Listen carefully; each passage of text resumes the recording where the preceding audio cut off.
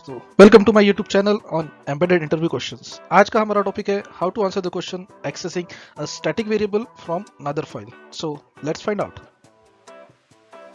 दोस्तों, मैं जब भी किसी कैंडिडेट का इंटरव्यू लेता हूँ तो उसको ये एक सवाल जरूर पूछता हूँ। ये क्वेश्चन मैं इसलिए पूछता हूँ कि मुझे पता लगता है कि कैंडिडेट की थिंकिंग एबिलिटी कितनी है और उसका सी लैंग्वेज का नॉलेज कितना है। दोस्तों ये एक बहुत ही कॉमन क्वेश्चन है। मैंने अपने करियर में कई सारे इंटरव्यूज दिए हैं और कई सारे लिए भी है।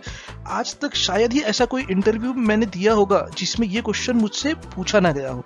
एंड वो क्वेश्चन है, how can we use a static variable from one file to another. दोस्तों, स्टैटिक वेरिएबल क्या होता है कि स्टैटिक वेरिएबल एक ऐसा वेरिएबल होता है वो उसका जो स्कोप होता है वो लिमिटेड होता है उसी फाइल के लिए जहां पर वो डिफाइन किया हुआ। लेकिन जब भी मैं ये क्वेश्चन पूछता हूँ किसी कैंडिडेट से तो मुझे अलग अलग टाइप के आंसर्स मिलते हैं। फॉर एग्जाम्पल, पहले तो कैंडिडेट बहुत सोचता है कि भाई इसका क्या जवाब दिया जाए, फिर वो कुछ ऐसा जवाब देता है कि भाई no, we can not access a static variable from one file to another since scope of the static is limited to the file where it is defined. सही है, करेक्ट है। इसमें कोई वो बात नहीं है कि भाई स्टैटिक वेरिएबल जो है उसका स्कोप अगर लिमिटेड है तो उसको नहीं कर सकते। आंसर सही है लेकिन गलत भी है, क्योंकि मेरी प्रोजेक्ट की रिक्वायरमेंट ही वो है भाई कि मैं चाहता हूं कि जो स्टैटिक वेरिएबल किसी फाइल में है मैं उस वेरिएबल को किसी दूसरे फाइल में एक्सेस करना चाहता हूं। ये मेरी रिक्वायरमेंट है। अगर आप जवाब दे दोगे कि नहीं मैं कर ही नहीं सकता तो इंटरव्यूअर ये सोचेगा कि नहीं भाई ये कैंडिडेट जो है आउट ऑफ द बॉक्स सोच नहीं रहा है। कभी कभी मुझे एक और जवाब मिलता है, जैसे by assigning a static variable to global variable. तो ये आंसर ठीक है लेकिन सही नहीं है। इससे आपका काम हो जाएगा लेकिन आंसर सही नहीं है। क्यों नहीं है सही? बिकॉज जब स्टैटिक वेरिएबल को आप किसी ग्लोबल वेरिएबल को असाइन कर दोगे तो उसके लिए आपको एक ग्लोबल वेरिएबल असाइन कर डिक्लेयर करना पड़ेगा, तो वो ग्लोबल वेरिएबल अलग से मेमोरी खाएगा। तो ये आंसर उतना परफेक्ट नहीं है। तीसरा जवाब मुझे कभी कभी मिलता है कि भाई by assigning static variable to a pointer. कोई कैंडिडेट थोड़ा स्मार्ट आंसर देने का ट्राई करते हैं तो वो बोलते हैं कि भाई हम किसी पॉइंटर को असाइन कर देंगे तो और उस पॉइंटर को हम दूसरे फाइल में एक्सेस कर लेंगे। सेम जवाब, पॉइंटर अगर आप लेते हो तो उसको पॉइंटर को आपको डिक्लेयर करना पड़ेगा, उसको अलग से मेमोरी असाइन करनी पड़ेगी, उसके बाद ही आप उस स्टैटिक वेरिएबल की वैल्यू पॉइंटर को असाइन कर पाएंगे। So answer not acceptable. कुछ कैंडिडेट्स ये भी जवाब देते हैं कि भाई हम स्टैटिक के साथ में एक्सटर्न यूज कर देंगे। ये जवाब कंप्लीटली गलत है। इसको मैं पार्शियली भी करेक्ट नहीं बोलूंगा, बिकॉज एक्सटर्न और स्टैटिक ये दोनों अलग कीवर्ड्स है, दोनों को साथ में नहीं यूज किया जा सकता है। तो फिर भाई सही जवाब क्या है? तो सही जवाब है ये कि तो सही जवाब क्या है? सही जवाब होगा ये।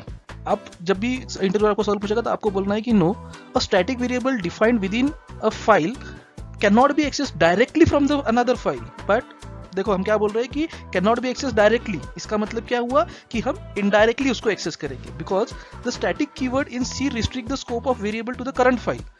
ठीक है, जैसे कि हमने पहले बताया कि भाई स्टैटिक वेरिएबल जो है उसका स्कोप लिमिटेड टू फाइल होता है, लेकिन हम जवाब देते क्या कर रहे हैं कि हम we can not access directly. It means हम इनडायरेक्टली उसको एक्सेस कर सकते हैं।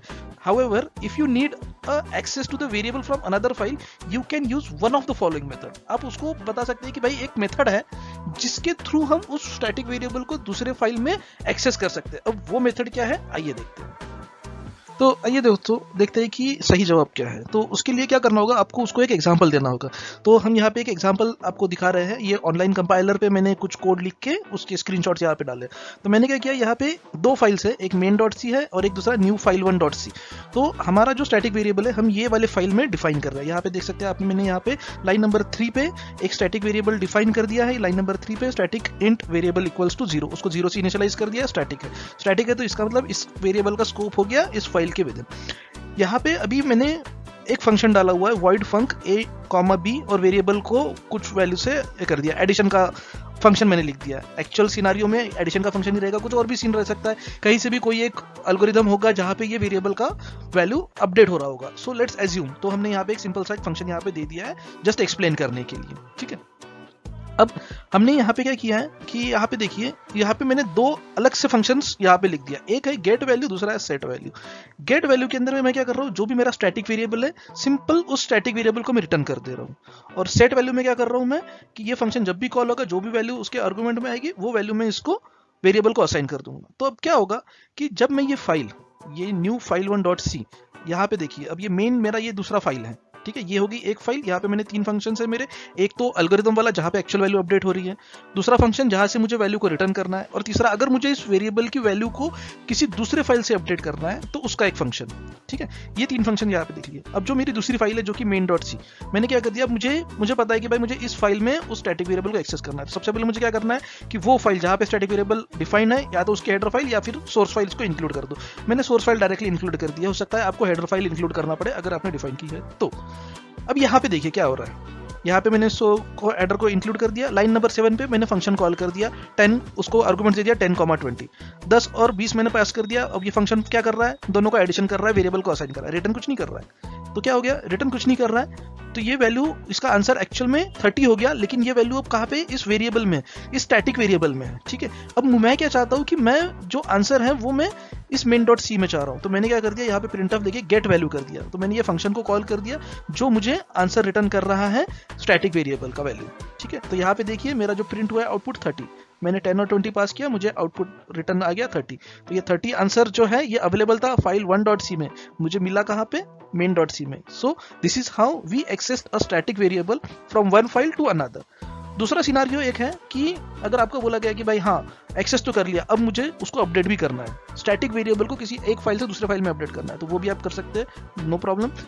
गेट फंक्शन कॉल कर दिया, मैंने सेट वैल्यू यहाँ पे डाल दिया, सेट कर दिया 53, ये फंक्शन में जाएगा, वेरिएबल को अपडेट कर दिया, गेट करके देख लिया, मुझे आंसर आ गया 53। So this is how you have accessed a static variable from one file to another, that's it.